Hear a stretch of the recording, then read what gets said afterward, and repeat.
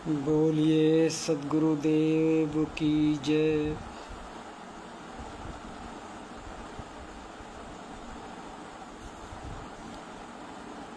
भाइयों बहनों, आज का दिन हर एक भक्त के जीवन में एक विशेष स्थान रखता है।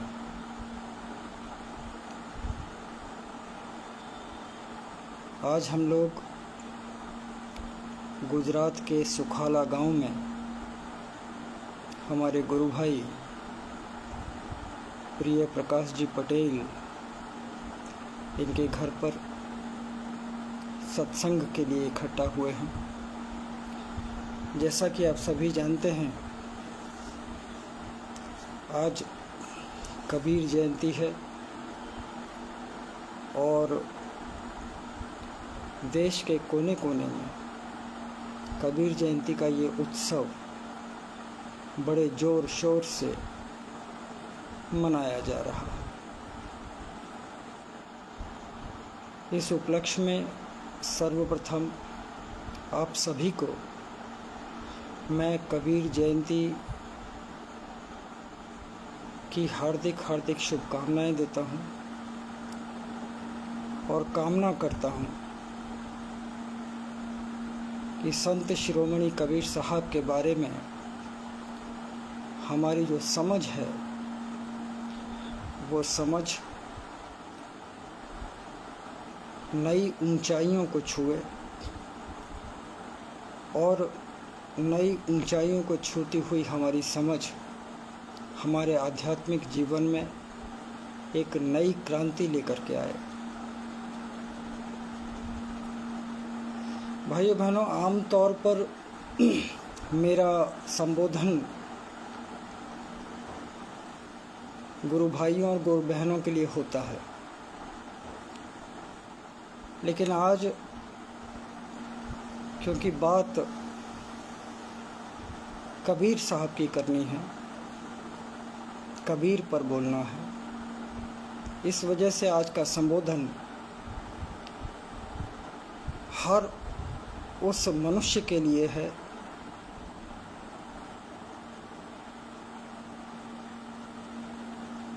जो कहीं न कहीं अपने निर्माता के बारे में सोचता है और उसको पाने की कामना रखता है। इस वजह से आज का संबोधन मेरे भाइयों मेरे बहनों के लिए तो है, साथ ही उन तमाम कबीर पंथियों के लिए भी है जो भारत में और भारत के बाहर भी अलग अलग पंथों में अलग अलग गादियों से जुड़े हुए हैं। उनके लिए भी,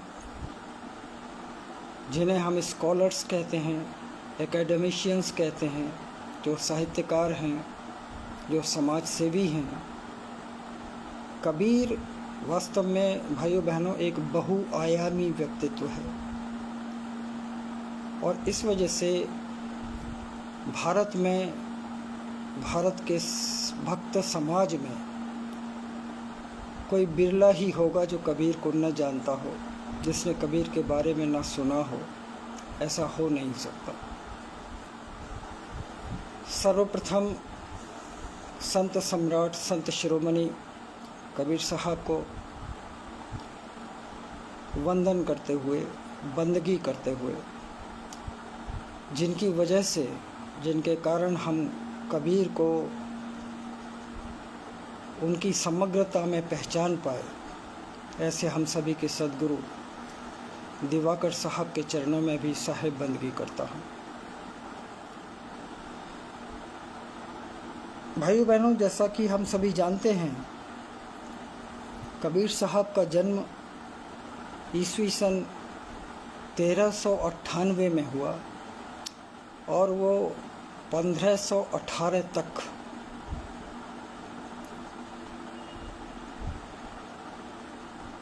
इस भूतल पर देह रूप में रहे। 120 वर्षों का एक लंबी आयु, इन 120 वर्षों की लंबी आयु का एक एक पल उन्होंने समाज के लिए, समाज के हर उस दबे कुचले व्यक्ति के लिए समर्पित कर दिया।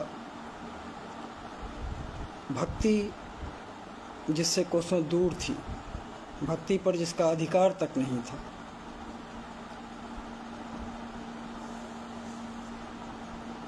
कबीर साहब सही मायनों में देखा जाए तो एक यथार्थवादी संत थे। यथार्थ का मतलब क्या होता है?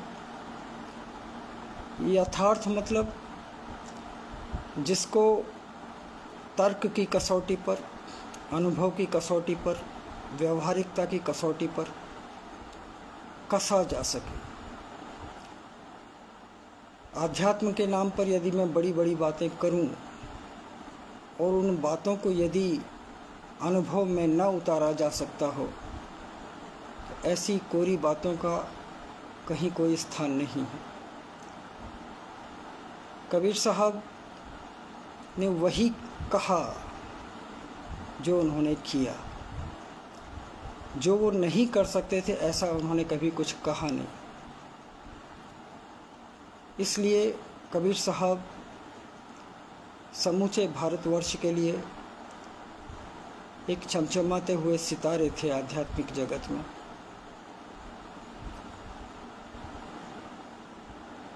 जरा कल्पना कीजिए, काशी नगरी में जन्मे, काशी नगरी विद्वानों से पटी पड़ी थी।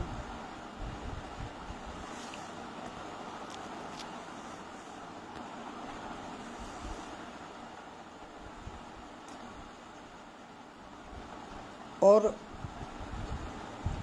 ऐसी काशी की नगरी में जहाँ विद्वानों की कहीं कोई कमी नहीं थी, जहाँ भक्तों की कमी नहीं थी, वहाँ वो डंके की चोट पर सत्य का उद्घाटन अपने शब्दों के द्वारा, अपने कर्मों के द्वारा लगातार करते रहे। उनकी एक बड़ी ही मार्मिक साखी है। वे कहते हैं कि कबीरा खड़ा बाजार में मांगे सबकी खैर, ना कहूँ से दोस्ती ना कहूँ से बैर। जहाँ वो रहते थे काशी नगरी, उसके बारे में कह रहे हैं कि कबीरा खड़ा बाजार में। कहने को तो हम सभी काशी को धर्म नगरी कहते हैं, लेकिन कबीर को वो एक बाजार नज़र आया। कबीरा खड़ा बाजार में और मांगे सबकी खैर, और दुआ करते थे कि बच जाए, ये भी बच जाए, वो भी बच जाए, क्योंकि वो जानते थे कि इस बाजार में कोई भी सुरक्षित नहीं है। इसका मतलब उन्होंने उन प्रचलित तमाम भक्ति पद्धतियों को बारीकी से समझा था, स्वयं अनुभव लिया था, और अनुभव लेने के पश्चात वो इस नतीजे पर पहुँचे, ये भक्ति नगरी नहीं है, ये एक बाजार है, और इस बाजार में हर एक भक्त ठगा जा रहा है, लूटा जा रहा है, उसका शोषण हो रहा है। लेकिन भक्त को भगवंत से मिलाने की कहीं कोई व्यवस्था, कहीं कोई सार्थक प्रयोग उनको नज़र नहीं आया। कबीरा खड़ा बाजार में मांगे सबकी खैर, ना काहू से दोस्ती और ना काहू से बैर। वो किसी एक पाले में खड़े होने के लिए तैयार नहीं थे, ना दोस्त के साथ ना दुश्मन के साथ। वो तटस्थ थे, निष्पक्ष थे। भक्ति के जितने भी रूप प्रचलित थे उन सभी को व्यावहारिकता की कसौटी पर उन्होंने कसा और पाया कि ये जो कुछ भी हो रहा है वो एक बाजार से ज़्यादा नहीं। ना कहूँ से दोस्ती ना कहूँ से बैर। क्योंकि यदि आप किसी एक पाले में खड़े होते जाते हैं तो आप बायस्ड होते हैं। किसी से दोस्ती निभानी है तो उसकी लाख कमजोरियों को भी आप छुपा जाते हैं, आप उसकी भावनाओं की कद्र करते हैं, आप कुछ ऐसा नहीं कहते जो आपकी दोस्ती के ऊपर प्रहार करे। यही तर्क बैर के बारे में है, ना काहू से बैर। जिसके साथ आपको बैर है उसे भला आप सत्य क्यों बताने चले? सत्य का उद्घाटन तो वही कर सकता है जो स्वयं निष्पक्ष हो, जो किसी एक पाले में खड़ा न हो। देखिए आगे वो कहते हैं कि मुखड़ा देखन चाहिए तो दर्पण मांजत रहिए, और दर्पण लागी काई तो दरस कहाँ से होई।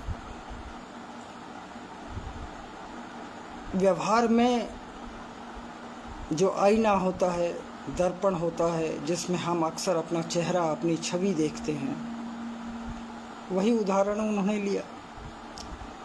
भक्त निश्चित ही अपना चेहरा तो नहीं देखना चाहता, वो अपने प्रियतम का, अपने भगवान का, अपने इष्ट का चेहरा जरूर देखना चाहता। और इसके लिए कसौटी उन्होंने यही बताई कि मुखड़ा देखन चाहिए तो दर्पण मांजत रहिए। ये जो मनुष्य का हृदय है ना, जो आध्यात्मिक क्षेत्र में, वो ये दिल नहीं है, वो कुछ और है, जो कि भेद का विषय है। वो कहते हैं कि उस हृदय को निर्मल होना चाहिए।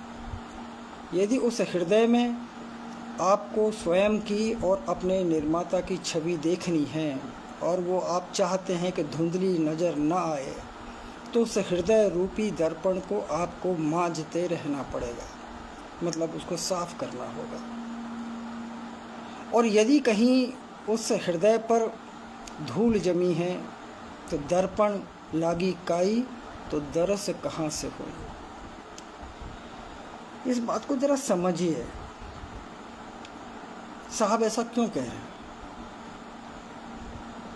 दर्पण लागी काई का अर्थ क्या हुआ? आत्मज्ञान के लिए कबीर साहब ने जो अत्यंत आवश्यक अनिवार्य बात बतलाई वो थी कि भक्त का हृदय निष्कपट होना चाहिए, निराभिमानी होना चाहिए और दास रूप होना चाहिए। यदि इसमें से कोई एक चीज़ की भी कमी है, इसका मतलब ये है कि दर्पण, हृदय रूपी दर्पण अभी स्वच्छ नहीं है। और कोई भी दर्पण जिस पर धूल जमी हो, काई जमी हो, वो कितने भी प्रयास आप कीजिए, आपकी छवि ठीक ठाक आपको दिखला नहीं पाएगा। यथार्थ की बातें करें, उन्होंने समाज को, समाज के हर एक वर्ग को, समाज के हर एक वर्ग में प्रचलित भक्ति को बड़ी बारकाई से देखा। और जहाँ बात प्रेम से समझाने की आई, उन्होंने प्रेम से समझाई। जहाँ उन्हें ऐसा लगा कि नहीं इस पर प्रहार करना चाहिए, तो उन्होंने प्रहार करने में भी कोई कोताही नहीं बरते। साहब कहते कि कंकर पत्थर जोड़कर मस्जिद लई बनाए, तापर चढ़ मुल्ला बांग दे क्या बहरा हुआ खुदा। उस जमाने में जबकि मुगलों का शासन था, मुगल शक्ति के अहंकार में चूर थे, उस समय इस तरीके से यथार्थ पर उंगली रखना और कहना कि अल्लाह बहरा तो नहीं हो सकता, चिल्ला करके तो उसे पुकारा जाए जो आपसे बहुत दूर हो, लेकिन जो आपके रोम रोम में बस रहा हो, उसको भला पुकारने के लिए जोर से बोलने की भी आवश्यकता क्या है। इसको स्पष्ट करते हुए आगे कहते हैं कि चींटी के पग नेवर बांधे सो भी अल्लाह सुनता है। छोटी सी चींटी, चींटी का पग, पैर, उसका साइज़ आप देख लीजिए, और कहीं उसकी चींटी के पैर में बांधा जा सके ऐसा घुंघरू, कल्पना कीजिए कितना छोटा होगा वो घुंघरू जो चींटी के पैर में बंध सके, वो भी यदि बजता है तो वो भी अल्लाह सुनता है। उनकी बातों में आप आत्मविश्वास देख रहे हो, वो आत्मबल देख रहे हो। भाई बहनों, ये शब्दों में जो ताकत है, जो विश्वास है, वो बगैर अनुभव के आता नहीं है। ये कोई साहित्यिक भाषा नहीं है, ये यथार्थ की भाषा है। साहब कह रहे हैं, भक्ति होए नहीं नाचे गाए, भक्ति होए नहीं घंट बजाए। दूसरी तरफ हिंदू का एक बहुत बड़ा समुदाय था, काशी नगरी पटी पड़ी थी, हर कोई भक्ति भाव में सराबोर था। उनको भी उन्होंने ललकारा, सत्य का कथन किया और उन्होंने स्पष्ट बतलाया कि भक्ति होए नहीं नाचे गाए, भक्ति होए नहीं घंट बजाए, भक्ति होए नहीं मूरत पूजा, पाहन सेवे क्या तो ही सूझा। ये जो तू कर रहा है भक्ति के नाम पर, इससे किसी एक भी भक्त को परमात्मा मिला हो ऐसा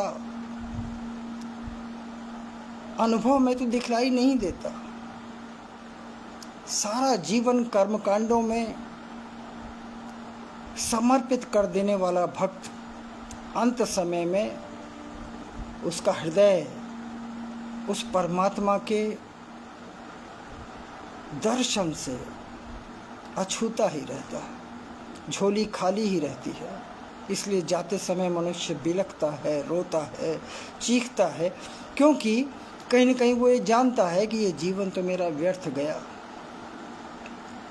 साहब कह रहे हैं, भक्ति होए नहीं मूरत पूजा, पाहन सेवे क्या तो ही सूझा।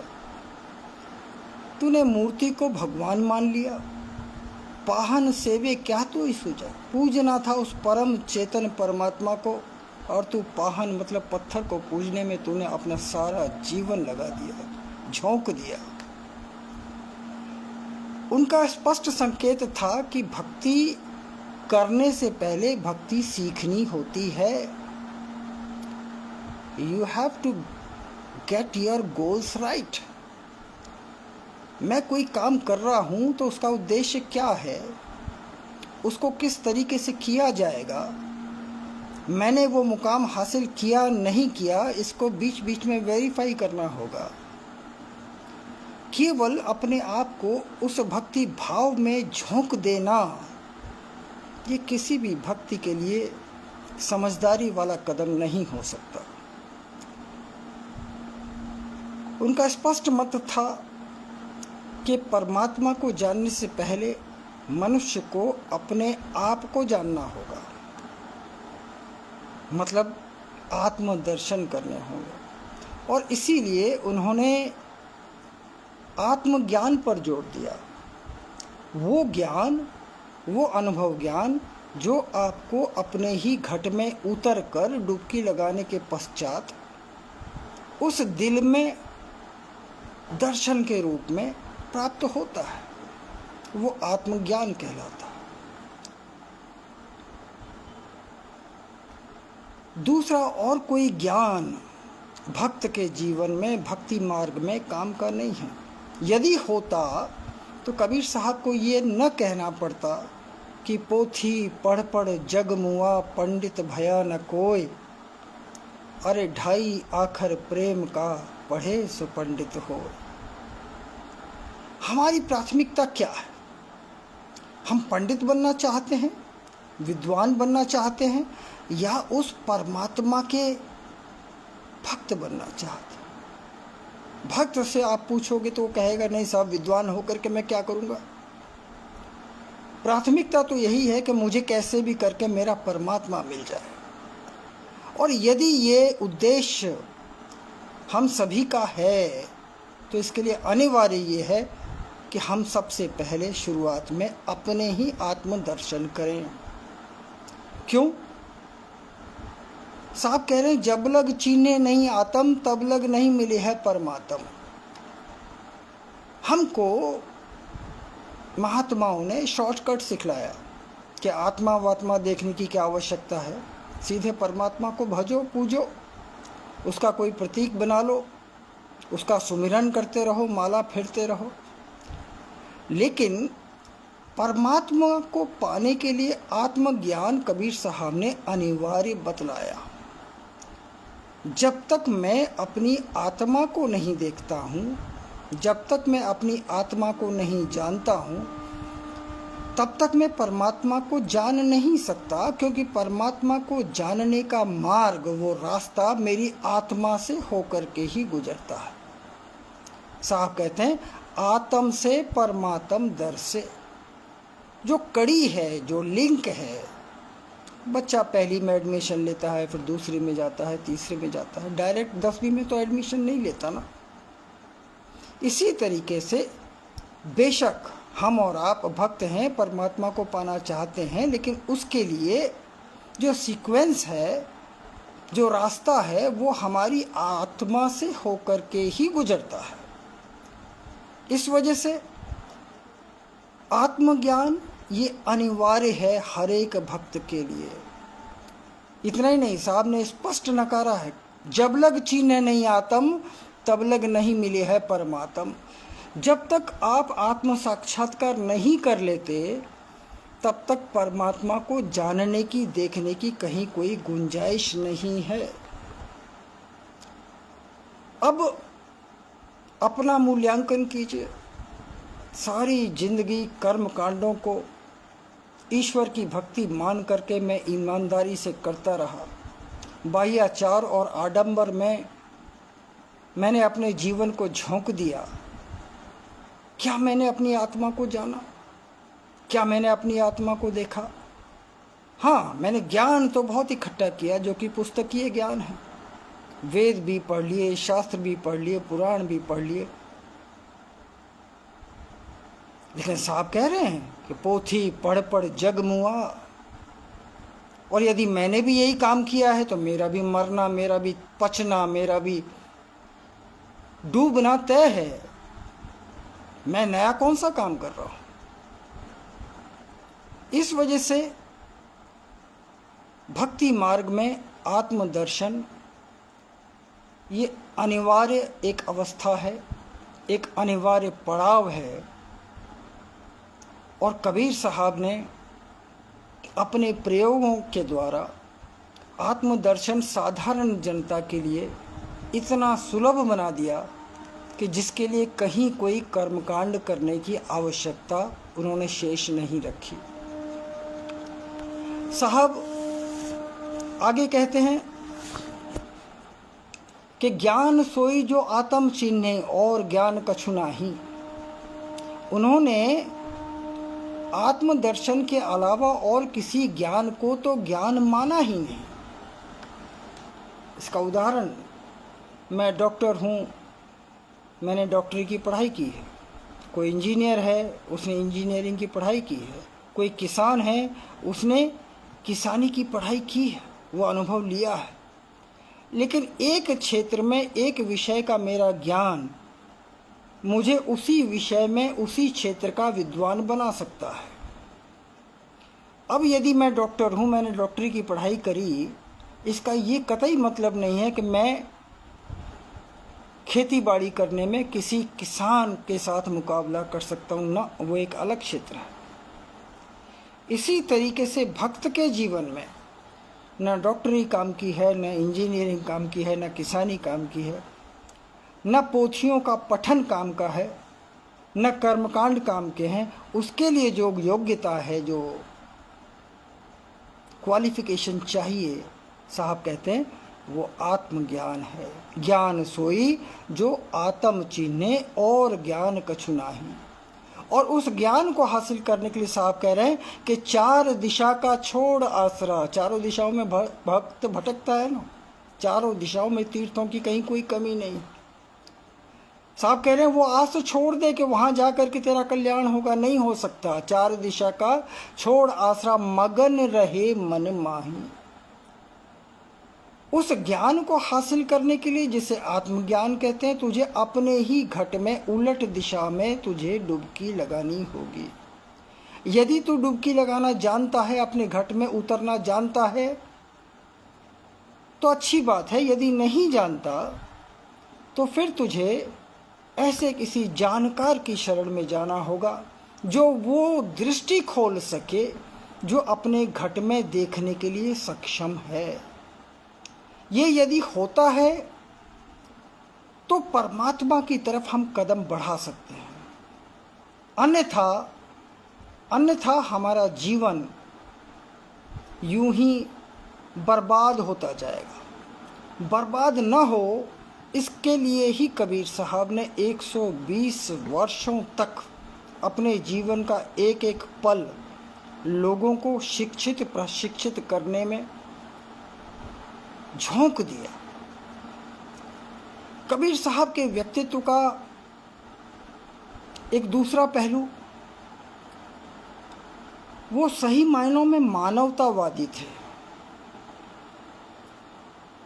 कहने का मतलब, उनके विचारों में मानवीय केंद्र बिंदु था। वो जिस किसी आध्यात्मिक घटना का, जिस किसी आध्यात्मिक प्रयोग का, जिस किसी आध्यात्मिक विधि का प्रतिपादन करते थे, वो पहले ये देखते थे कि मानव के लिए ये कितना व्यवहारिक है। क्योंकि जिसे आप धर्म कह रहे हो भाइयों बहनों, वो वास्तव में है किसके लिए? वो गाय बैल भैंस बकरियों के लिए तो निश्चित ही नहीं है। धर्म नाम की जो व्यवस्था है वो निश्चित ही मनुष्य के लिए है, मानव के लिए है। मानव ये केंद्र बिंदु है। इसके इर्द गिर्द ही वो सारी नियम, इसके इर्द गिर्द ही वो सारे नियमावली वो बनानी चाहिए। यदि इस धार्मिक, इस स्पिरिचुअल फ्रेमवर्क से कहीं आपने मनुष्य को ही हटा दिया, तो फिर ऐसा धर्म किसी काम का नहीं है। इसीलिए उनको मानवतावादी कहा गया। उस जमाने में, कबीर साहब के ज़माने, जैसा मैंने पहले कहा, मुगलों का साम्राज्य था, शक्ति उनके पास थी। शक्ति से उपजने वाला अहंकार एक अलग ही स्तर का होता है। हम और आप कल्पना कर सकते हैं, जब सत्ता होती है, सत्ता का अहंकार सिर चढ़ करके बोलता है, छुपाए छुपता नहीं है। दूसरी तरफ हिंदू समाज वो जन्म से मिली श्रेष्ठता को एक तमगे की तरह अपने सीने पर लगाए अहंकार में फूला नहीं समा रहा था। मैं तो जन्म से ही श्रेष्ठ हूँ। साहब कहते हैं कि हिंदू कहे मोहे राम प्यारा, तुर्क कहे रहीमाना, अरे आपस में दो लड़े लड़े मुए, मर्म न काहू जाना। इतिहास उठा करके देख लो, जितने युद्ध, जितनी लड़ाइयाँ धर्म के नाम पर हुई, उतने किसी और विषय के लिए नहीं हुई। क्या ये युद्ध, क्या ये लड़ाइयाँ, क्या ये झगड़े अनिवार्य थे? क्या इनसे बचा जा सकता था? यकीनन बचा जा सकता था, यदि लड़ने वाले जिसे लेकर के लड़ रहे हैं उसका मर्म जानने की कोशिश करते हैं। लेकिन दुर्भाग्य देखिए, मर्म जानने वाले न उस जमाने में थे न इस जमाने में हैं। आज भी वो सांप्रदायिक द्वेष हम अपने जीवन के हर एक क्षेत्र में स्पष्ट देख सकते हैं। हिंदू कहे मोहि राम प्यारा और तुर्क कहे रहीमाना, आपस में दो लड़ लड़े मुए, मर्म न काहू जाना।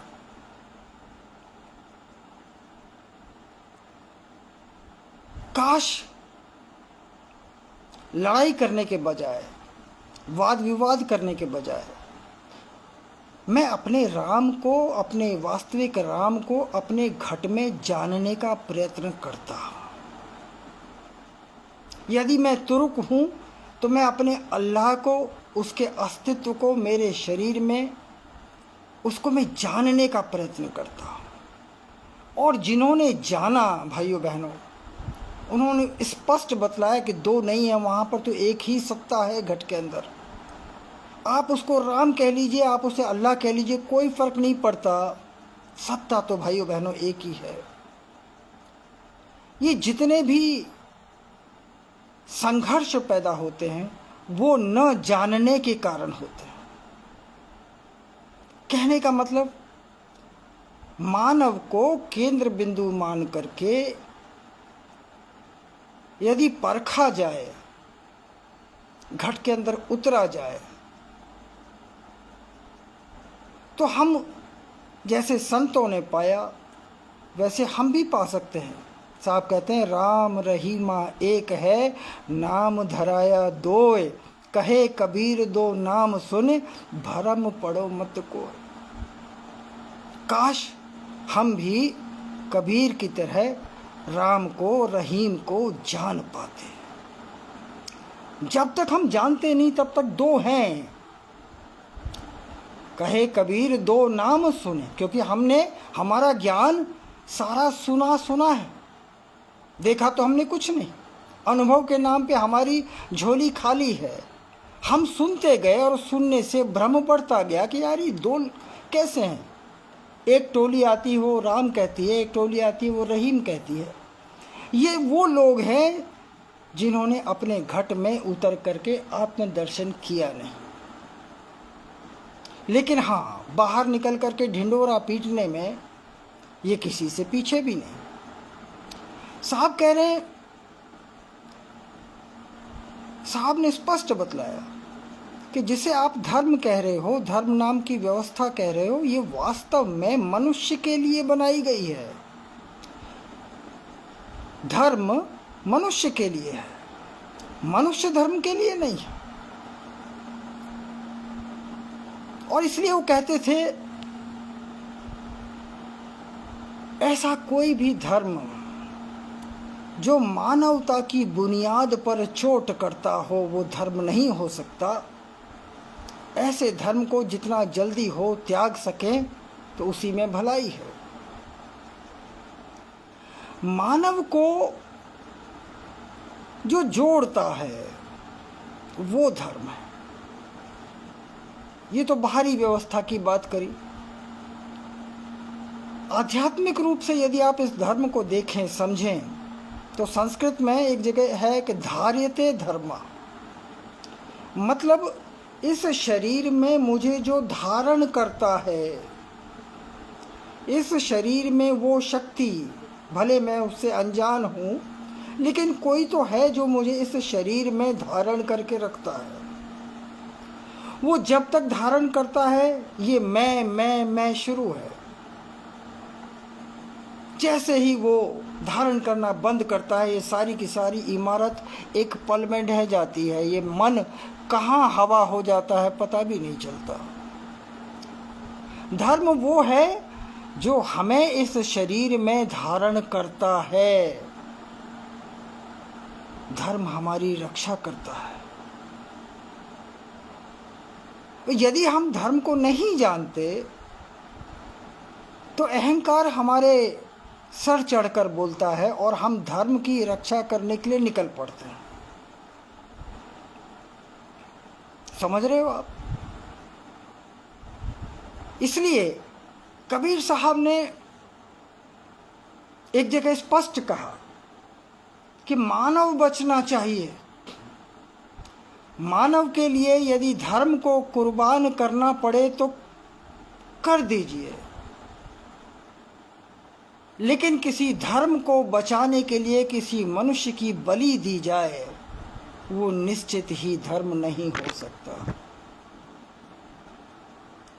क्यों? क्योंकि इस प्राणी जगत में जहाँ पर चार राशियाँ हैं, असंख्य जीव जंतु हैं, प्राणी हैं, इस समूचे प्राणी जगत में मनुष्य सर्वश्रेष्ठ है। उत्क्रांति इवोल्यूशन के पायदान पर मनुष्य से ऊंचा कोई दूसरा जीव नहीं है। और उसके लिए उस मनुष्य जिसे परमात्मा ने दया करके ये मनुष्य देह दी ताकि वो अपने आप को मुक्त कर सके इस चक्र से, उस मनुष्य को यदि किसी धर्म के नाम पर कुर्बान कर दिया जाए, भाइयों बहनों, ये उस निर्माता उस परमात्मा का अपमान है। इसका मतलब ही ये है कि हमने धर्म को जाना नहीं। मनुष्य केंद्र बिंदु है।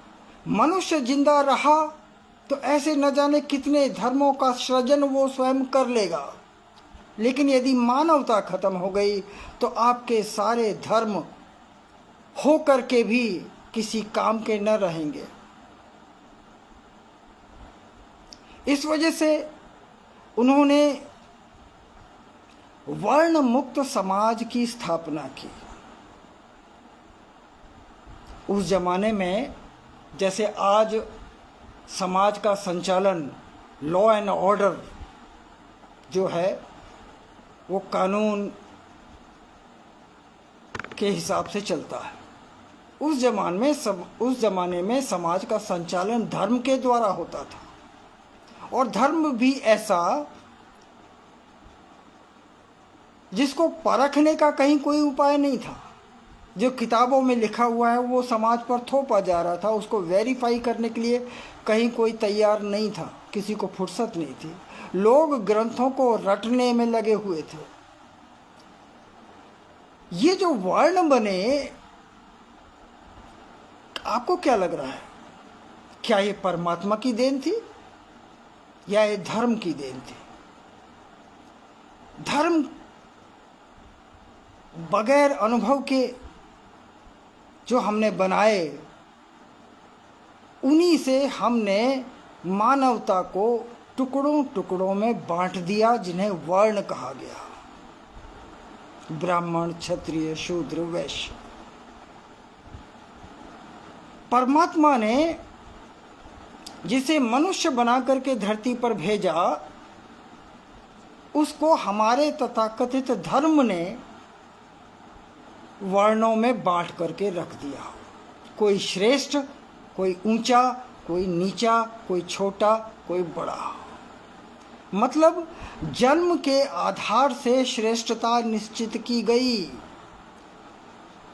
कर्म कितने उज्जवल हैं, कर्म कितने नीच हैं, ये विषय गौण होकर के रह गया। मैं कहाँ पैदा हुआ, किस परिवार में पैदा हुआ, किस वर्ण में पैदा हुआ, वो एक पल जिस पर मेरा अपना कहीं कोई नियंत्रण नहीं था, वो समूचा खेल एक संयोग मात्र था। उस एक बिंदु को मैंने अपना क्वालिफिकेशन मान लिया कि अब तो मैं चाहे जो चाहे वो कर सकता हूँ। अब मैं अपने कर्मों को नियंत्रित न भी करूं तो भी कोई बात नहीं। कबीर साहब ने आदमी की श्रेष्ठता का एक ही पैमाना बताया, और वो जन्म से नहीं, वो कर्मों से बतलाया। और इसीलिए उन्होंने वर्ण व्यवस्था को नकारा। वर्ण मुक्त समाज बनाने के लिए उन्होंने अपना पूरा जीवन काशी नगरी में न्यौछावर कर दिया। इसी तरीके से एक वर्ण के भीतर भी कई जातियां हैं। जातिगत ऊंच नीचता का विरोध कबीर साहब ने किया, उस जमाने में किया।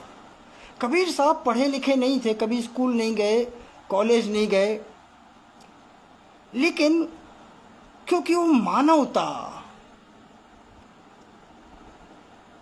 उसको वो समझ पाए, देख पाए, जी पाए, इस वजह से वो सहजता से इन बातों का निर्णय कर पाए कि गलत क्या है और सही क्या है। उन्होंने जातिगत आधार पर ऊंचता और नीचता जो समाज में तब भी दिखलाई देती थी, दुर्भाग्य से आज भी दिखलाई देती है, उसका घोर घोर विरोध किया। उनका पैमाना एक ही था, वो कहते थे हरि को भजे सो हरि का होए, बात खत्म। जो हरि को भज रहा है, परमात्मा को भज रहा है, वो परमात्मा का हो सकता है। मैं ऊंचे कुल में पैदा हुआ तो मेरा परमात्मा प्राप्ति पर कोई जन्म सिद्ध अधिकार है, ऐसा नहीं है ना। हर एक मनुष्य हर एक जीव जो मनुष्य बन करके इस धरती पर आया, उसे परमात्मा प्राप्ति का, परमात्मा दर्शन का, परमात्मा की नज़रों में समान समान अधिकार है। किसी भी मनुष्य को उसके वर्ण के आधार पर, उसकी जाति के आधार पर उससे वंचित करना, भाइयों बहनों, ये घोर अपराध है, ये धर्म का अनादर है। और जो धर्म ऐसा करता हो वो निश्चित ही धर्म नहीं हो सकता। लोग अक्सर महात्मा, साधु, संत, विद्वान, जब उनसे हम बात करते हैं तो शास्त्रों की दुहाई देते हैं कि साहब यहाँ पर तो ऐसा लिखा है, वहाँ पर तो वैसा लिखा है। कबीर साहब ने शास्त्रों की बजाय अपने स्वयं के अनुभव का समर्थन किया। शास्त्रों में लाख बातें लिखी हैं, लेकिन क्या उनको मैं अनुभव की कसौटी पर खरा पाता हूं? खरा पाना तो दूर की बात है, क्या मैं उन बातों को कसौटी पर कसने के लिए तैयार हूं मानसिक रूप से? ना। यदि ऐसा कभी विचार भी आए तो अंदर से ही हमारे संस्कार हमारे अंदर वो ग्लानि का भाव पैदा करते हैं कि अरे यार, तू अपने ही धर्म पर, अपने ही धार्मिक ग्रंथों पर प्रश्न चिन्ह लगा रहा है। तू क्या वास्तव में आस्तिक है? और इसीलिए कबीर साहब ने कहा, आपका अपना अनुभव वो सही है, उसके आधार पर निर्णय लेना होगा यदि समाज को एक सूत्र में जोड़ना है। उन्होंने धर्म के नाम पर धार्मिक बाह्याचार, आडंबर, कर्मकांड, इन सब का कठोरता के साथ, पूरी ताकत के साथ उन्होंने इनका खंडन किया। साहब कहते हैं, मूर्ति को क्या पूजिए, मूर्ति है बिन जीव, अरे जन्म सिराने पूजिए तबहु न मिले है पीर। पाथर पूजे हरि मिले तो मैं पूजूं पहाड़, अरे तासे तो चाकी भली पीस खाए संसार। काशी नगरी में 600 साल पहले कबीर ने चौराहे पर खड़े होकर के ये बातें कहीं, बुलंद आवाज में कहीं। क्या आज हम और आप ये हिम्मत कर सकते हैं? ये बोलने के लिए साहब आत्मबल चाहिए, और वो आत्मज्ञान से ही प्रकट होता है। पुस्तकें हमें केवल विद्वान बना सकती हैं, लेकिन आत्मज्ञानी हमें नहीं बतला सकती, नहीं बना सकती।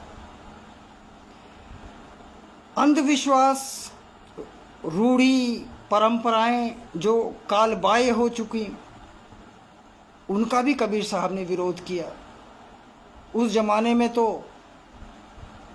सती परंपरा भी थी, जिसमें मासूम महिलाओं को विधवा होने के पश्चात सतीत्व के लिए मजबूर किया जाता था, और इसे एक धार्मिक कृत्य बतलाया जाता था कि पति चला गया, पति तो परमेश्वर था, अब परमेश्वर ही नहीं रहा, तब तू जी करके क्या करेगी? आप कभी सोच करके देखिए, एक जीते जागते इंसान को अर्थी पर जलती हुई उसे ढकेल दिया जाता था, धर्म के नाम पर उसे विवश किया जाता था। क्या ये पुण्य कर्म था या पाप कर्म था? वो तो भला हो अंग्रेजों का, उन्होंने आकर के इस पर प्रतिबंध लगाया, वरना हम धर्म का ढिंढोरा पीटते रहते और न जाने कितने मासूम जीवों को हम आग में धकेलते रहते। क्यों? क्योंकि हम सेल्फ एनालिटिकल हैं ही नहीं। जो भीड़ कर रही है वो आंख मूंद करके कोई सवाल ना उठाते हुए उस भीड़ में शामिल हो जाना, उसको अपना समर्थन दे देना, हमने इसी को धार्मिकता समझा। और इसीलिए धर्म का जो वर्तमान जो चित्र है भाइयों बहनों, वो बड़ा ही डरावना है। आजकल आप अखबार पढ़ते होंगे, टीवी में न्यूज़ सुनते होंगे, अयोध्या नगरी बड़े चर्चे में है। जिन लोगों पर राम मंदिर के दान दक्षिणा से आए हुए खजाने को सुरक्षित रखने की जिम्मेदारी थी, उन्होंने ही न जाने कितने करोड़ों का घोटाला कर दिया, लूट लिया। कभी स्वयं से सवाल पूछा है? मैं और आप उस राम से जो अयोध्या में स्थापित है उससे कोसों कोसों दूर बैठे हैं। मन में ये इच्छा पाले हुए हैं कि न जाने कब वो मौका मिलेगा और हम जाकर के अयोध्या जाएंगे और राम के दर्शन करेंगे। लेकिन वो लोग जिन पर ये जिम्मेदारी थी वो तो उसी परिसर में रह रहे थे, राम के अतिशय नज़दीक। क्या नज़दीक रहने मात्र से उन्होंने राम को जान लिया? यदि जाना होता तो ऐसा न होता, ऐसा कदापि ना होता। लेकिन ऐसा हुआ, ऐसा हो रहा है। इसका बुनियादी कारण ये है कि राम को मान तो हर भक्त रहा है, लेकिन राम को जानने की तकलीफ कोई उठा नहीं रहा। और इसीलिए कबीर साहब कहते थे, ये मानना अपने पैरों पर कुल्हाड़ी मारना है, हमें उसे जानना होगा।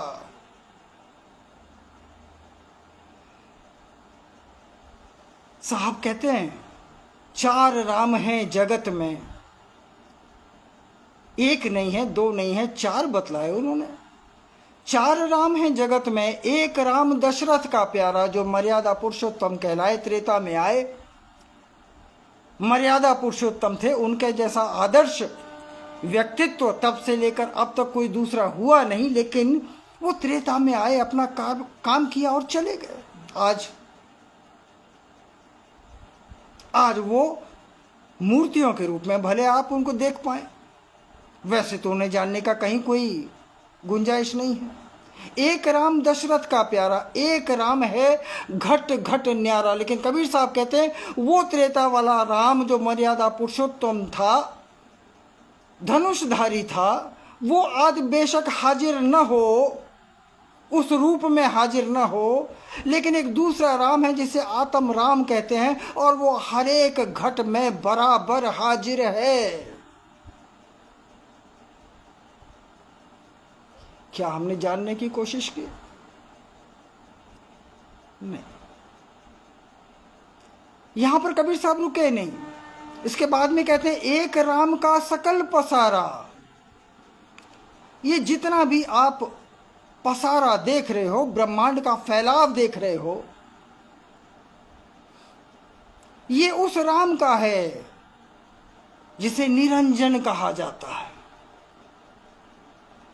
जिसके दर्शन भी इसी घट में हर भक्त प्रयोग के द्वारा सहजता से कर सकता है। और इसके पश्चात कहते हैं एक राम इन सब ही ते न्यारा। लेकिन एक राम और है जो इन सब से न्यारा है, अलग है, अलिप्त है। और कह रहे हैं कि तुम ताका करो विचारा। वो चेतना की पराकाष्ठा है, चेतना की छलांग। वो उस मुकाम तक पहुंचे, उस राम तक पहुंचे जो सबसे न्यारा है, सब में रह कर के भी सबसे न्यारा, सब घट व्यापक सबसे न्यारा। वहां तक इस भक्त को जाना है और जीते जी जाना है। हम तो भाइयों बहनों केवल झंडे लेकर के, तिलक लगा करके, नारे लगाने में ही अपने आप को धन्य मानते रहे। हम भक्त नहीं हो सकते। और इसीलिए आप समाज का जो ओवरऑल हेल्थ है, स्वास्थ्य है, उसको देखिए आप।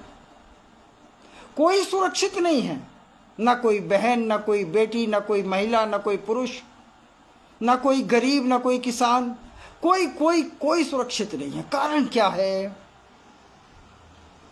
हम धार्मिक हो गए, लेकिन हमने मानवता को कहीं पीछे छोड़ दिया। भाइयों बहनों, कभी सोचा है कि वो क्या है जो हमें और आपको मनुष्य बनाता है? कभी सोचा है वो क्या है जो हमें मनुष्य बनाता है?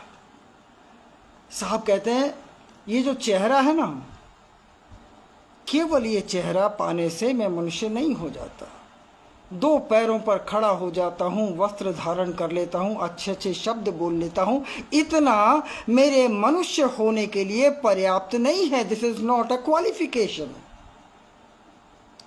सही मायनों में मनुष्य वो है जिसमें मानव मूल्य हैं। कोई तो पैमाना होगा,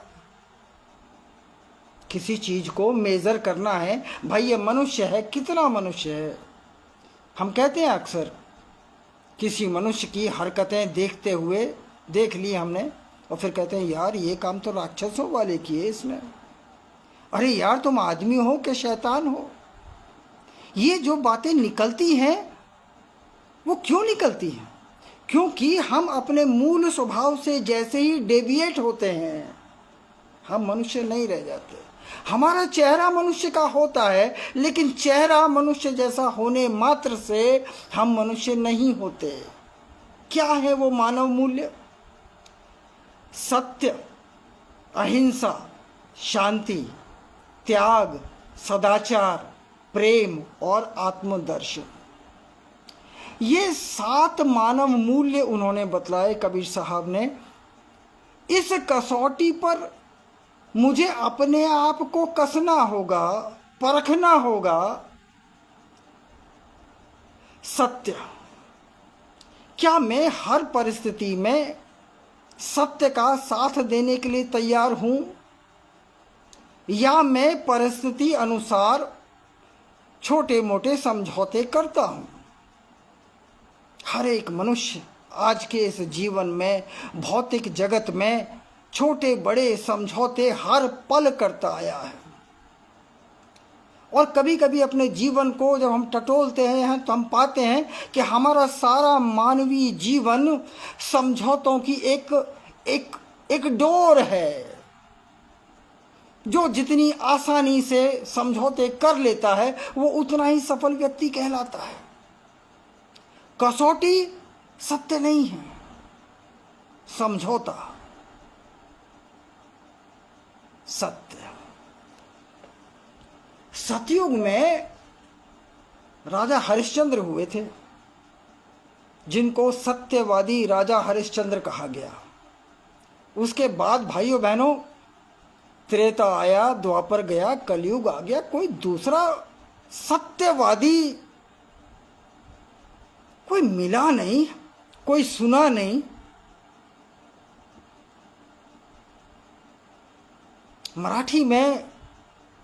मराठी संतों ने एक लाइन कही है, बोले तैसा चाले त्याची वंदावी पाउले।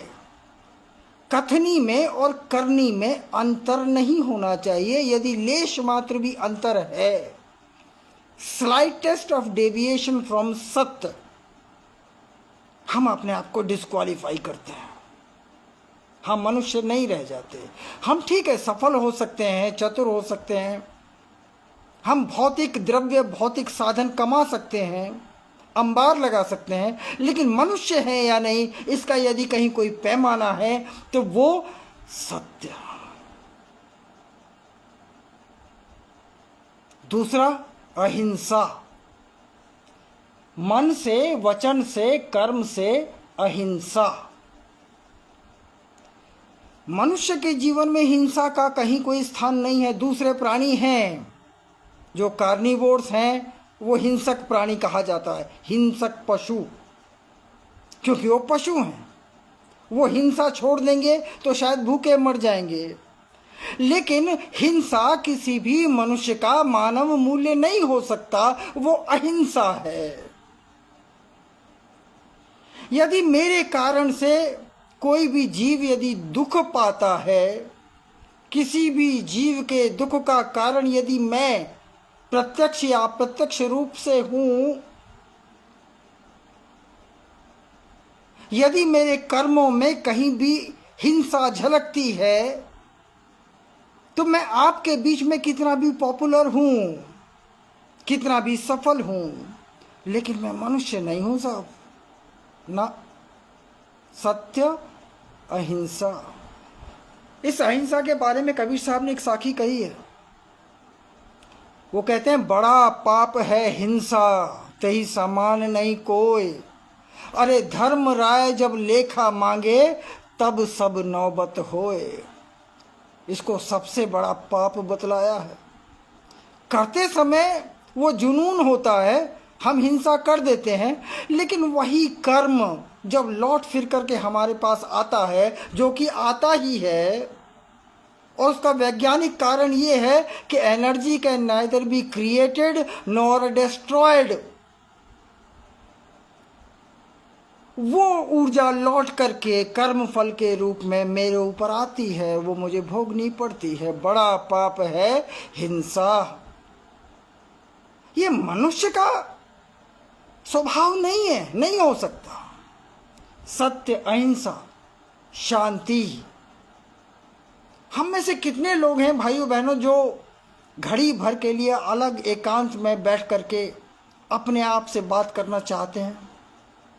कोई बिरला ही मिलेगा साहब। हमने वातावरण को आवाज़ों से, ध्वनियों से इतना भर दिया है। जो प्राकृतिक नैसर्गिक आवाज़ें हैं ना, चिड़ियों की आवाज़ हुआ करती थी, पक्षियों का चहचहाना हुआ करता था, अरसा बीत गया, हमने सुना नहीं। टीवी पे जो चैनल्स चलते हैं, टीवी ना भी हो तो आजकल तो मोबाइल में यूट्यूब है। दिन रात हमने अपने चारों तरफ एक अतिरिक्त कोलाहल की निर्मित कर डाली। शांति हमें काटने को दौड़ती है। लेकिन भाइयों बहनों, ये शांति मनुष्य का स्वभाव है। और मनुष्य दुखी इसलिए है क्योंकि वो अपने इस मूल स्वभाव से दूर जा रहा है, डेविएट कर रहा है। द मोमेंट यू डेविएट, आप अपने मूल स्वभाव से जितना दूर जाएंगे उतना आप दुख पाएंगे। अपने दुखों का सृजन हम स्वयं करते हैं। सत्य, अहिंसा, शांति। हम समाज में अशांति पैदा करने का कहीं कोई हमें बस एक मौका चाहिए। किसी नेता ने कुछ कह दिया, किसी संत ने, किसी महात्मा ने कुछ कह दिया, और सारा का सारा समुदाय अपने घर से बाहर निकल करके उस अशांति को दुगुना चौगुना बढ़ाने के लिए अपनी सारी ताकत झोंक रहा है। ये ताकत झोंकने वाला मनुष्य तो नहीं हो सकता साहब ना। सत्य, अहिंसा, शांति, त्याग।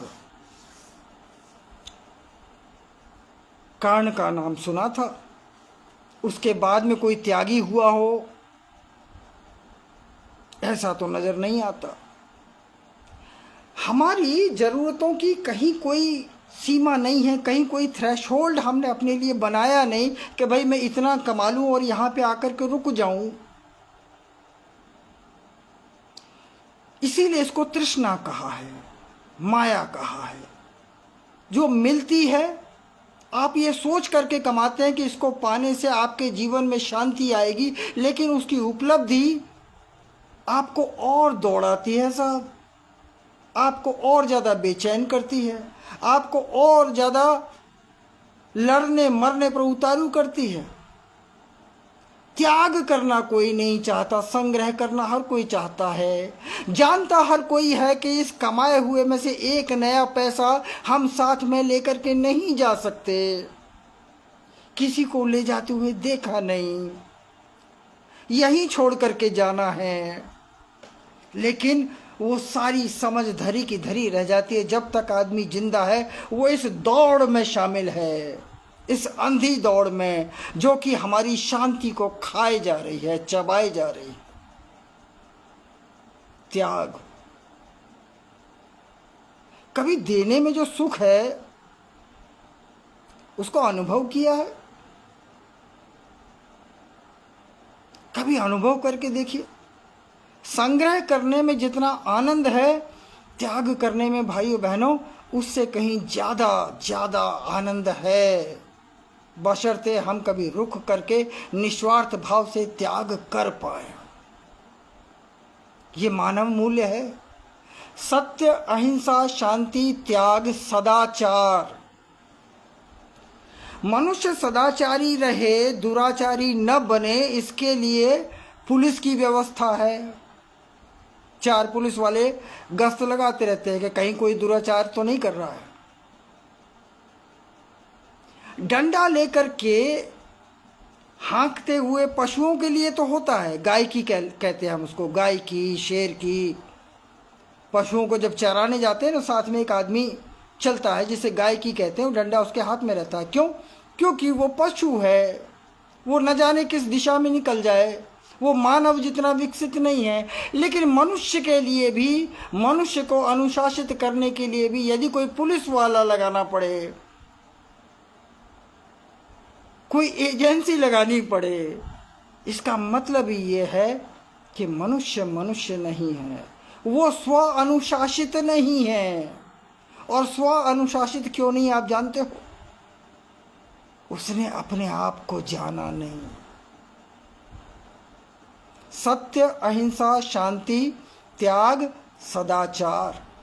सदाचार बचपन से मॉरल साइंस, कम्युनिटी लिविंग छोटे छोटे बच्चों को पढ़ाई जाती है, किताबें होती है, सब्जेक्ट होता है मॉरल साइंस।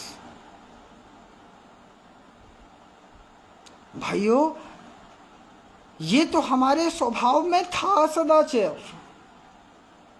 समाज दुराचार कहां से सीख रहा है? हम और आप, हमें और आपको देख करके ही समाज हमें देख करके सोचता कि यार ये कर रहे हैं, हम भी कर लेते, उसमें बुराई क्या है? हमने जो भी सीखा अपनों से, बड़ों से सीखा, अपने नेताओं से, अपने धार्मिक गुरुओं से। सदाचार देखा होता तो मनुष्य सदाचारी बनता। लेकिन रात दिन दुराचार दिखलाई देता हो, ये भी बेचारा उसी रास्ते पर चल पड़ता है। मनुष्य मनुष्य नहीं रह जाता। प्रेम, ये मानव मूल्य है। कबीर साहब कहते हैं, प्रेम न बाड़ी उपजे, प्रेम न हाट बिकाए, लेकिन बिना प्रेम का मानवा बांधा यमपुर जाए। हम किसी मॉल में जाते हैं, न जाने क्या क्या खरीद के लेकर के आ जाते हैं। क्या किसी मॉल पर, क्या किसी दुकान पर आप प्रेम खरीद सकते हो कि साहब मेरे जीवन में प्रेम की बहुत कमी है, मुझे 10 रुपये लो और एक पुड़िया में थोड़ा सा प्रेम बांध करके दे दो? ना, पैसा प्रेम को नहीं खरीद सकता। न इस प्रेम की कहीं कोई खेती हो सकती। जैसे मैं अपने खेत पर बाकी की फसलें उगाता हूँ, पालक है, मेथी है, धनिया है, थोड़ा बहुत प्रेम के बीज भी डाल दिए, प्रेम की पौध उगी, प्रेम काट करके ले आया, अपने परिवार में बांट दिया, पड़ोसियों में बांटा। ना साहब, इसकी खेती भी नहीं होती।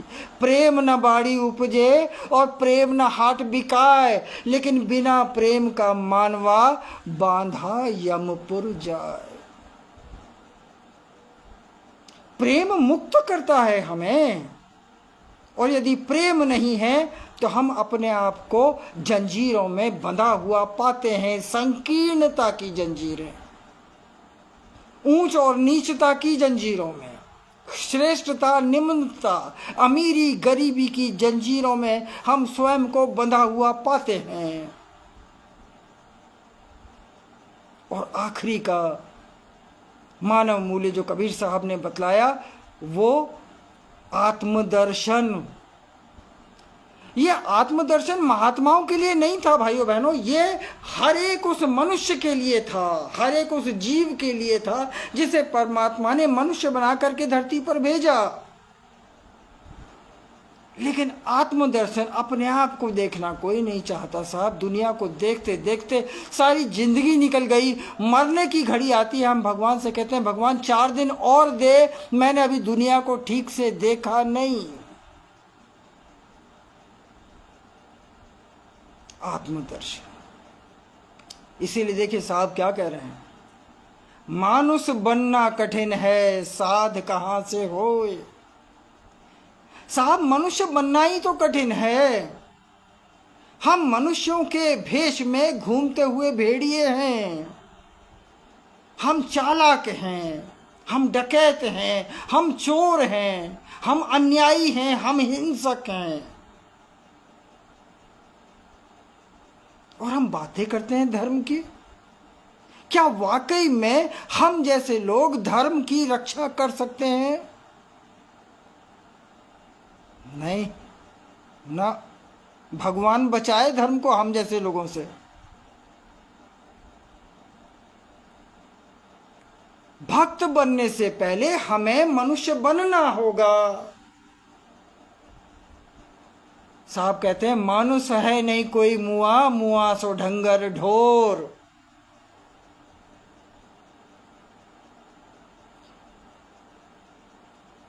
आप समझ रहे हो इसके बुनियाद में क्या है? मानुष बनना कठिन है, साध कहाँ से होए। और अगर साध नहीं बना, साधु नहीं बना, तो साहब कहते हैं साहेब कैसे होए। हमारी वो जो चेतना, हमारी वो जो समझ, जो पशुता से ऊपर उठ करके मानवता को पहचानने के लायक बननी चाहिए थी, इन मानव मूल्यों को धारण करके मानवता को सुंदर और सुदृढ़ बनाना था। आज देखिए हर एक धर्म के निशाने पर कौन है?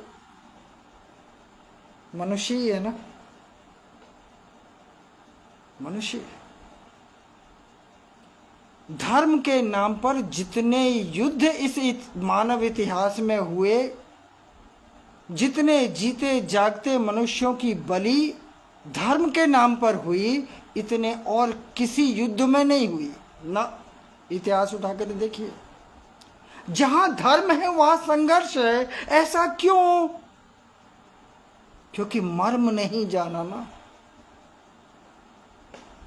हम अपने अपने धर्म की श्रेष्ठता के लिए लड़ने मिटने को तैयार हैं, लेकिन अपने घट में उतर करके उस धर्म के वास्तविक पहलू को अनुभव के द्वारा जानने के लिए कतई तैयार नहीं हैं। और इसीलिए कबीर साहब ने कहा मानव को बचाइए साहब। मानव बचेगा तो अनेक धर्मों की निर्मिति होती रहेगी, लेकिन कहीं इस धर्म को बचाने के चक्कर में, इस संघर्ष में, हिंदू कहे मोहि राम प्यारा, तुर्क कहे रहीमाना, अरे आपस में दो लड़ी लड़ी मरते हैं। कहीं इस संघर्ष में ऐसा ना हो कि मानवता ही खत्म हो जाए। और यदि मानवता खत्म हो गई तो इस धर्म का आप करोगे क्या? इस धर्म का अस्तित्व, इस धर्म का महत्व तब तक है जब तक मानवता है। इसलिए कबीर साहब को मानवतावादी संत भी कहा गया। कबीर साहब का एक और बड़ा कार्य, जो सामाजिक कार्य हम कह सकते हैं, वो था अस्पृश्यता निवारण। छुआछूत के खिलाफ जो जंग कबीर साहब ने लड़ी, उस समाज में खड़े होकर के वो कोई नहीं लड़ पाया साहब। वो तो कहते हैं एक बाप के लाखों बेटे एक धरती पर धाए, इनमें कौन मुसलमान बाबा, किसका हिंदू नाम।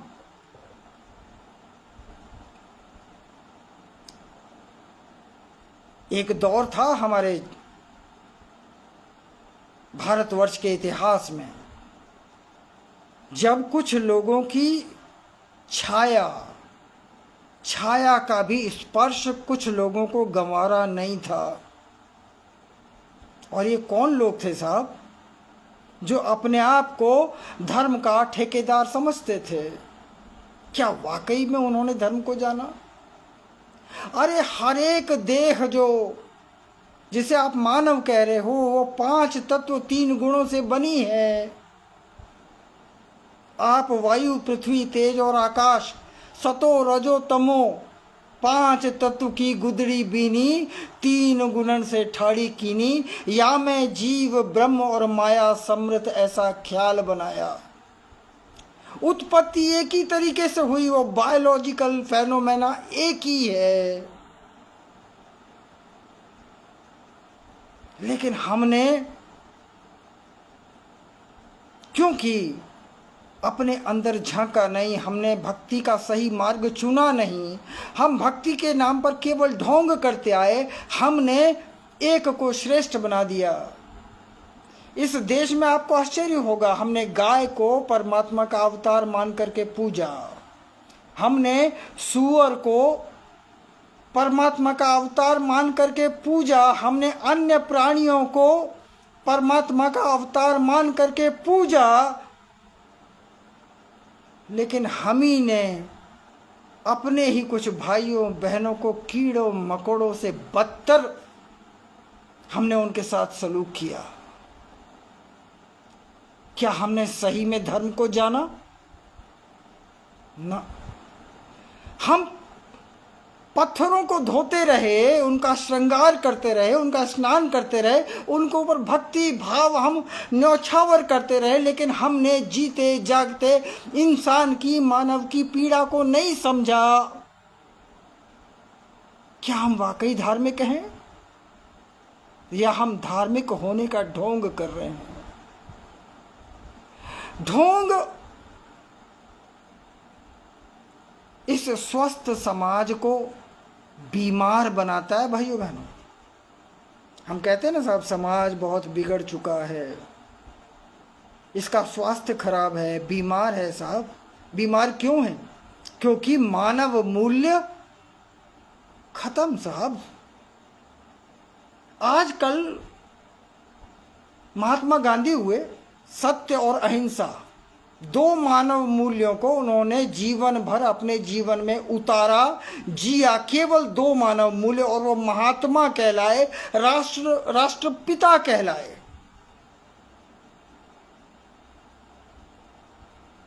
कबीर साहब की भाषा में कहूं तो मानवता के करीब थे। 2 से काम नहीं चलेगा साहब। सत्य, अहिंसा, शांति, त्याग, सदाचार, प्रेम और आत्मदर्शन, तब जाकर के मनुष्य एक मजबूत फाउंडेशन के ऊपर खड़ा है, स्वस्थ समाज की निर्मित कर सकता है। कबीर साहब का परमात्मा प्राप्ति का प्रयोग कर्मकांड और आडंबर पर आधारित नहीं था, वो प्रयोग पर आधारित था। और इसीलिए उन्होंने कहा कि मेरी भक्ति युक्ति कर जाना, ताका आवागमन नशाना। यदि तू उस प्रयोग को सीख लेता है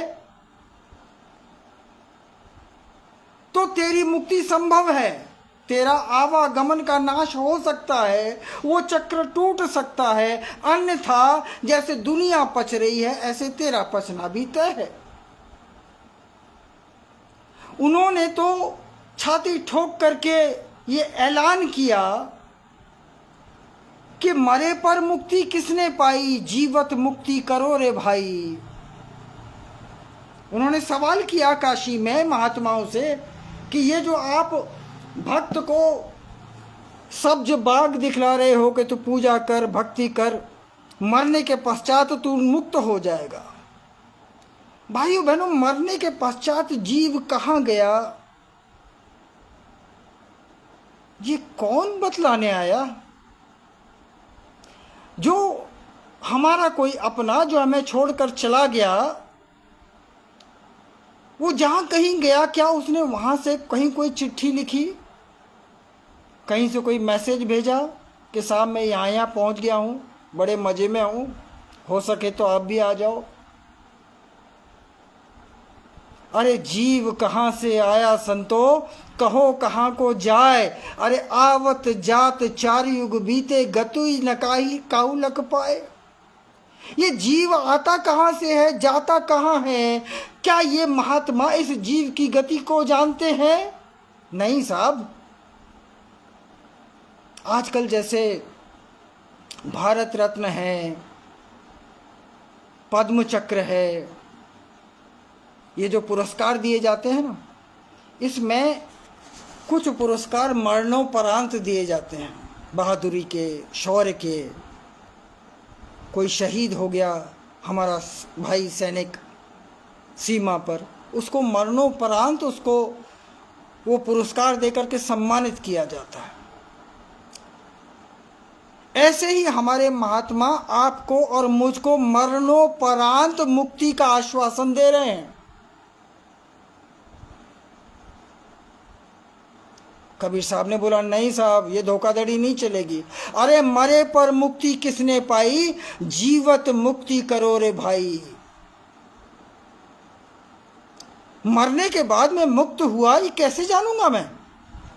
उस मुक्त अवस्था को मुझे तब अनुभव करना है, अपने जीते जी अनुभव करना है, और उसको अनुभव करके मुझे निश्चिंत हो जाना है कि हाँ भाई मैं वाकई में मुक्त हुआ। कबीर साहब निश्चिंत हुए थे साहब, जीते जी। उन्होंने घोषणा भी की थी कि जीवन मुक्त हमारा संतो, जीवन मुक्त हमारा हो। जीते जी कह रहे हो, मरने के बाद नहीं। जीवन मुक्त हमारा संतो, जीवन मुक्त हमारा हो, संशय नहीं, नहीं कुछ धोखा, कर्म भरम से न्यारा हो। किसी कर्म का मोहताज नहीं है, वो मुक्त है। वो मुक्त अवस्था क्या है, उसका अनुभव उन्होंने जीते जी किया। और सब भक्तों को, सब आध्यात्म प्रेमियों को उन्होंने आह्वान किया कि आप भी युक्ति की भक्ति को अपनाकर जीते जी उस मुक्त दशा के साक्षीदार बन सकते हो, बनना होगा। मेरे सदगुरु डॉक्टर दिवाकर उमाटे साहब तो एक स्टेप आगे जाते थे। उन्होंने तो मंचों से घोषणा की थी कि मुक्त होना आपका जन्म सिद्ध अधिकार है। आपने मनुष्य के रूप में परमात्मा ने आपको जन्म दिया है, मतलब आप उसके अधिकारी हो। आप अपने अधिकार का उपयोग नहीं करते, ये बात अलग है। आप महात्माओं के बहकावे में आके कर्मकांड में उलझ जाते हो, ये बात और है। लेकिन आपको जन्म से वो अधिकार है, क्योंकि आपको मनुष्य बना करके परमात्मा ने पृथ्वी पर भेजा।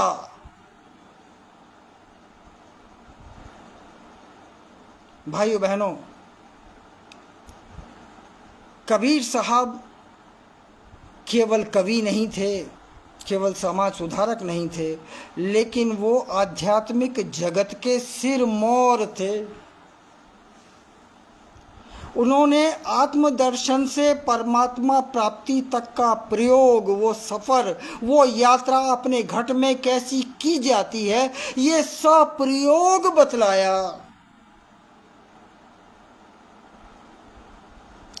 सौभाग्य से वो प्रयोग मेरे सदगुरु डॉक्टर दिवाकर साहब ने उसे पुनरुज्जीवित किया, जिसे उन्होंने शब्द सुरती योग का नाम दिया। और उसकी सहायता से साहब कहते हैं कि उस साहब को देखन पलक न लागे देर। क्यों मुझे दिखावा करना पड़ता है, क्यों मुझे ढोंग करना पड़ता है, क्यों मुझे समाज को दिखलाने के लिए वेशभूषा धारण करनी पड़ती है? क्यों? क्योंकि मैं अंदर से खोखला हूं साहब। अनुभव के नाम पर मेरे पास कुछ नहीं है, प्रयोग के नाम पर मेरे पास कुछ नहीं है। मैं केवल माला फेर सकता हूं या मंदिरों में जाकर के घंटा बजा सकता हूं। भक्ति के लिए इतना पर्याप्त नहीं है।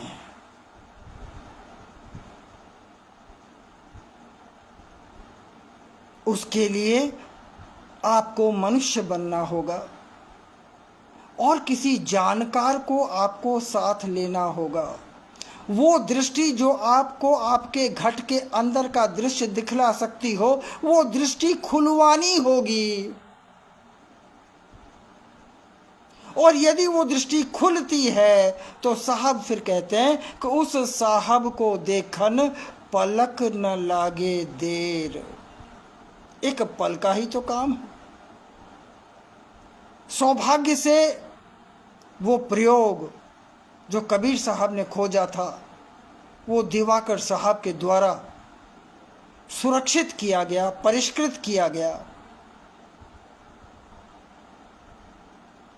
और कबीर साहब ने इस भक्ति की व्यवस्था समाज के अति पिछड़े से लेकर के सबसे जो निम्न स्तर का बेचारा जीव है, जो उपेक्षित है, जो गरीब है, उसको भी परमात्मा प्राप्ति का यह अधिकार उपलब्ध हो, इसकी व्यवस्था यदि किसी ने की तो कबीर साहब थे साहब।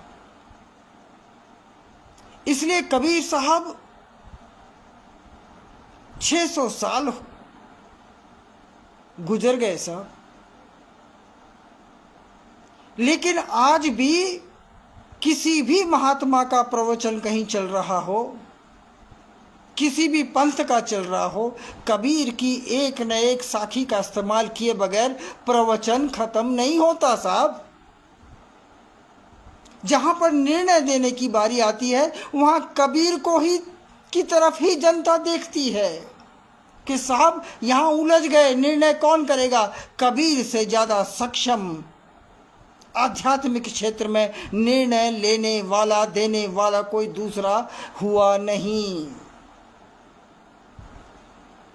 भाइयों बहनों, ये हमारा सौभाग्य है कि हम ऐसे महान सदगुरु कबीर साहब को, उनके जीवन के विविध पहलुओं को जान पाए, समझ पाए। यह हमारा सौभाग्य है कि हमने वही रास्ता चुना जिस पर कभी कबीर साहब स्वयं चले थे।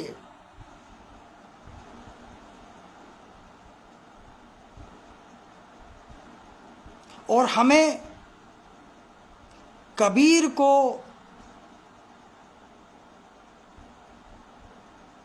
अपने घट में अवतरित होने का मौका देना होगा।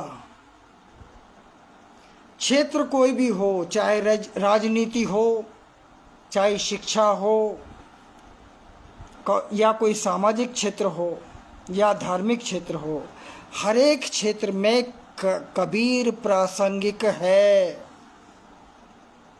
मानवता को जिंदा रखने के लिए कबीर जरूरी है। आध्यात्म को जीवित रखने के लिए कबीर आवश्यक है। भक्त और परमात्मा के बीच के अंतर को खत्म करने के लिए कबीर प्रासंगिक है। भाइयों बहनों, कबीर को मन से, वचन से, कर्म से अपनाने की आवश्यकता है। चाहे आप कबीरपंथी हो या न हो, लेकिन देश को कबीर की विचारधारा को दोबारा समझने का, दोबारा इसका मूल्यांकन करने की आवश्यकता है, क्योंकि आज नैतिक मूल्यों का पतन हो रहा है। जो अध्यात्म में रुचि नहीं रखते उनके लिए भी कबीर आवश्यक है। समाज को बीमारू अवस्था से स्वस्थ बनाने के लिए कबीर आवश्यक है। कबीर को